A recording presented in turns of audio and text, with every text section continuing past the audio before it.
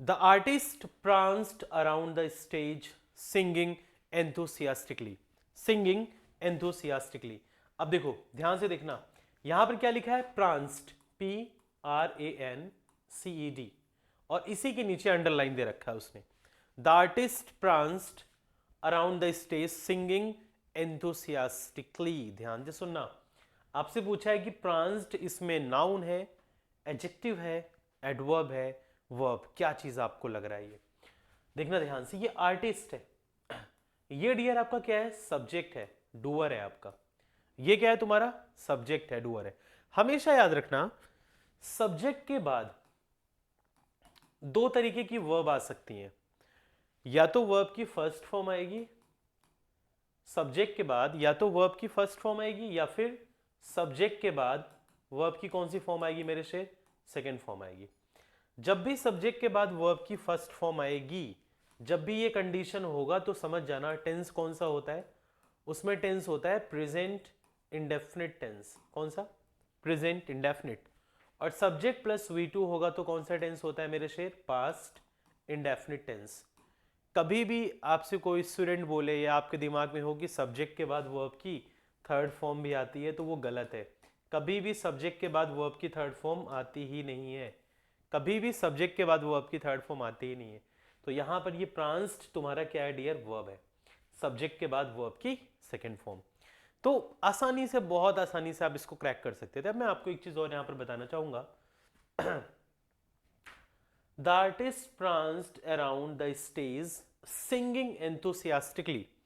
मैंने ये तो बता दिया कि pranced verb है, लेकिन मेरा अगला क्वेश्चन आपसे रहेगा कि ये जो enthusiastically है, ये अगर इसके नीचे अंडरलाइन होता तो ये कौन सी पार्ट्स ऑफ स्पीच होती है? Noun, pronoun, verb, adverb, adjective, क्या होता है ये?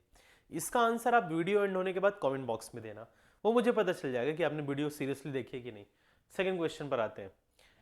Put the fork and knife in the cutlery box. Put the fork and knife in the cutlery box. ये एक बोनस का क्वेश्चन है.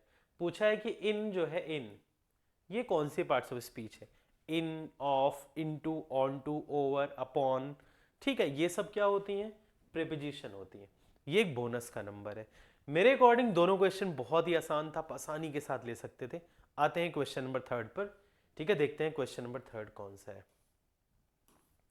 देखते हैं क्वेश्चन नंबर थर्ड कौन सा है. यस, अब आप पा चुके हैं क्वेश्चन नंबर थर्ड की तरफ. ध्यान से देखेंगे सभी स्टूडेंट्स क्वेश्चन नंबर थर्ड को और समझने की कोशिश करेंगे, क्योंकि ये इंपॉर्टेंट है.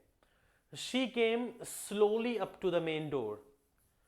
She came slowly up to the main door. आपसे पूछा गया ये जो स्लोली लिखा है, ये कौन सा पार्ट्स ऑफ स्पीच है? हमेशा याद रखना कि जब भी कभी हाउ और वेयर का आंसर आपको मिलता है, जब भी कभी आपको हाउ या फिर वेयर का जो आंसर मिलता है, वो क्या कहलाता है? एडवर्ब कहलाता है. वो क्या कहलाता है मेरे शेर? वो कहलाता है एडवर्ब. क्या कहलाता है? एडवर्ब. अब स्टेटमेंट को पढ़िए एक बार, क्या लिखा है. शी केम, ये आपका सब्जेक्ट है, ये वर्ब की सेकंड फॉर्म है. अब मैंने आपसे पूछा शी केम हाउ, वो कैसे आई? तो आप बोलोगे शी केम स्लोली, वो धीरे धीरे आई थी. तो हाउ का आंसर क्या आ रहा है? स्लोली.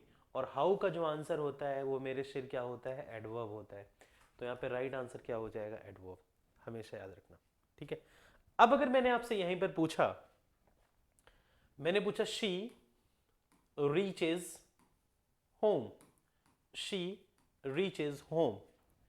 आप बोलोगे सर शी सब्जेक्ट है. ऑफ कोर्स, शी डूअर है, शी सब्जेक्ट है, और रीचेस क्या है? वर्ब की फर्स्ट फॉर्म के साथ एस, क्योंकि सब्जेक्ट सिंगुलर है. अब मैंने आपसे पूछा होम कौन सी पार्ट्स ऑफ स्पीच है? बहुत सारे लोग नाउन दे देते हैं. सेंटेंस में क्या पार्ट्स ऑफ स्पीच है ये समझो. शी रीचेज वेयर, वो कहाँ पहुंचती है? आप बोलोगे शी रीचेज होम.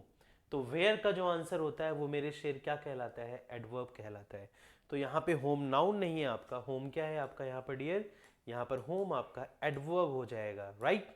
तो आई होप सो आज के बाद पार्ट्स ऑफ स्पीच में आपको आसानी होगी कि जब भी कभी हाउ और वेयर का जो आंसर आता है वो हमेशा क्या कहलाता है? वो एडवर्ब कहलाता है. क्या कहलाता है डियर? एडवर्ब कहलाता है. समझ में आई बात? बहुत बढ़िया। तो भूलना नहीं, इस कॉन्सेप्ट को आप कॉपी में नोट डाउन कर सकते हैं। क्वेश्चन नंबर 4 पर आते हैं। ओ नो, ये जो सिंबल होता है मैं आपको बताऊं, जब भी कभी आप नरेशन पढ़ते हैं तो नरेशन में ये जो सिंबल होता है, ये एक्सक्लेमेटरी सेंटेंसेस बोलते हैं इसको हम लोग, साइन ऑफ एक्सक्लेमेशन होता है। और जब भी कभी ये इस फ्रेज के साथ आए, ओह नो के साथ, जब भी कभी इस फ्रेज के साथ ये sign of exclamation, sign of exclamation अगर लगता है, थोड़ा जुकाम हो रखा है तो एक्सक्लेमेशन का एक्सप्लेनेशन निकल रहा है तो थोड़ा समझ जाना, ये जो फ्रेज है तुम्हारा, ठीक है, जब भी कभी इसके साथ ये साइन ऑफ एक्सक्लेमेशन लग करके आता है तो मेरे शेर इसको हम क्या बोलते हैं, इसको हम बोलते हैं इंटरजेक्शन। क्या बोलते हैं इसको हम लोग? इंटरजेक्शन। क्या है ऑप्शन में कहीं? यहां पर है। तो ये कैसा था पार्ट्स ऑफ स्पीच? ये था इंटरजेक्शन। ये दोनों बहुत इंपॉर्टेंट है। आई होप सो बहुत आसान है, आपको बहुत आसान लग भी रहा होगा। नेक्स्ट पर आते हैं। फोर्थ हो गया, फिफ्थ नंबर क्वेश्चन पर आते हैं। देखते हैं आराम से, बिल्कुल टेंशन लेना ही नहीं है, हौले हौले से पढ़ते चलेंगे कि क्वेश्चन को निपटाते चलेंगे। आइए क्वेश्चन नंबर फिफ्थ पर चलते हैं और देखते हैं क्या है। देखिए आपके सामने स्क्रीन पर है क्वेश्चन नंबर फिफ्थ, ये वाला। They are all going to attend the function. अब दे के नीचे अंडरलाइन है। कभी भी अगर ही से सेंटेंस शुरू हो, शी से हो, इट से हो, दे से हो और उसके नीचे अंडरलाइन पार्ट हो, तुरंत समझ जाना ये सब क्या है। ये सब मेरे शेर क्या कहलाते हैं? ये सब कहलाते हैं प्रोनाउन। क्या कहलाते हैं? ये सब क्या कहलाते हैं? प्रोनाउन, क्योंकि किसी के लिए यूज हो रहे होते हैं ये। तो करेक्ट आंसर क्या हो जाएगा? सी। ऐसे आसानी से एक एक नंबर आप लेते रहेंगे ना तो आपके अंदर कॉन्फिडेंस एग्जाम हॉल में बढ़ता रहेगा अगले क्वेश्चन को क्रैक करने का। इजी भी आता है, मॉडरेट भी आता है, सीडीएस का टफ भी क्वेश्चन आता है, ठीक है, बट हमें सिलेक्शन लेना होता है। हर क्वेश्चन हमें नहीं करना 120 में 120 में हाँ इतना कर लेंगे, 110 प्लस करके आ जाएंगे श्योर शॉट, ठीक है। सिक्स पर आओ। The sun shone through the dull grey clouds. किस तरीके का क्लाउड? आप बोलोगे ग्रे क्लाउड्स, तो ये नाउन है। तो ये डल के नीचे अंडरलाइन है, डल के नीचे। तो नाउन की क्वालिटीज को कौन बताता है? Adjectives tells the quality of noun, right. तो डल क्या बन जाएगा तुम्हारा? डल बन जाएगा मेरे शेर एडजेक्टिव। क्या है ऑप्शन में कहीं? Yes, D option.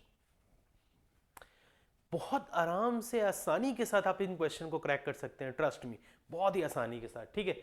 अगले क्वेश्चन पर आते हैं, क्वेश्चन नंबर 7 की तरफ चलते हैं। क्वेश्चन नंबर 7 आपके सामने स्क्रीन पर ओपन हो चुका है और आप सभी स्टूडेंट्स कर सकते हैं।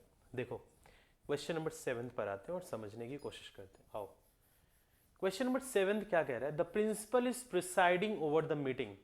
The principal is presiding over the meeting. Over के नीचे अंडरलाइन है।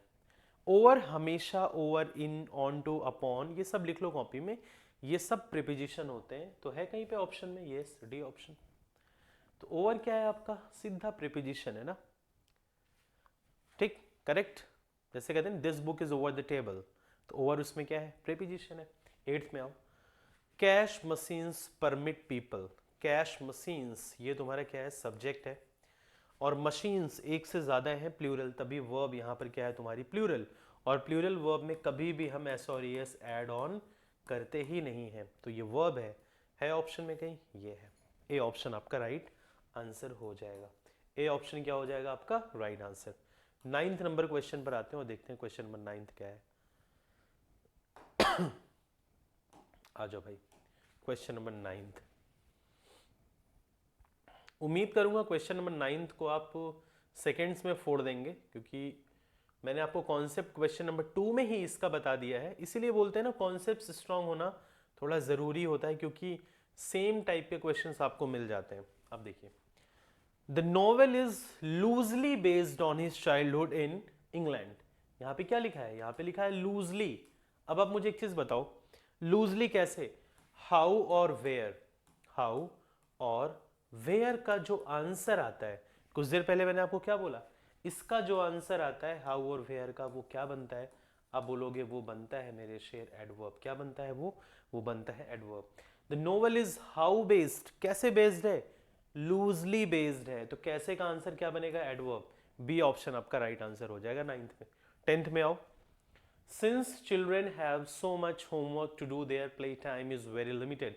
प्ले टाइम का आंसर आपको बताना है, क्योंकि 9 क्वेश्चन मैंने आपको बता दिया है ये लास्ट क्वेश्चन नंबर 10 आपका होमवर्क है और आपको बताना है कि ये कौन सी पार्ट्स ऑफ स्पीच है, वर्ब है, एडजेक्टिव है, प्रोनाउन है कि नाउन है। मैं आप सभी का कमेंट बॉक्स में आंसर वेट करूंगा। और सेशन अच्छा लगा होगा तो लाइक ज़रूर कर देना, comment and share please. New channel है, आपका चैनल है। आई होप सो आपको अमेजिंग लगे होंगे ये कॉन्सेप्ट्स। कल के सेशन में फिर कुछ अमेजिंग चीज़ें आप लोग के लिए मैं लेकर के आऊँगा। और सभी स्टूडेंट्स अब सीरियस हो जाएं क्योंकि एग्ज़ाम नज़दीक आने वाला है CDS का और आपको फोड़ के आना है। ठीक है, तो सेशन अच्छा लगा हो तो कमेंट बॉक्स में क्वेश्चन नंबर 10 का आंसर मुझे आप ज़रूर बताएंगे और शेयर करेंगे, लाइक करेंगे और चैनल को सब्सक्राइब करेंगे। और जो भी न्यू स्टूडेंट है, अगर आपने एप्लीकेशन को इंस्टॉल नहीं किया है तो एप्लीकेशन एग्जाम यात्रा को ज़रूर से इंस्टॉल कर लीजिएगा। ठीक है भाई, okay, thank you so much and जय हिंद टू एवरीबॉडी।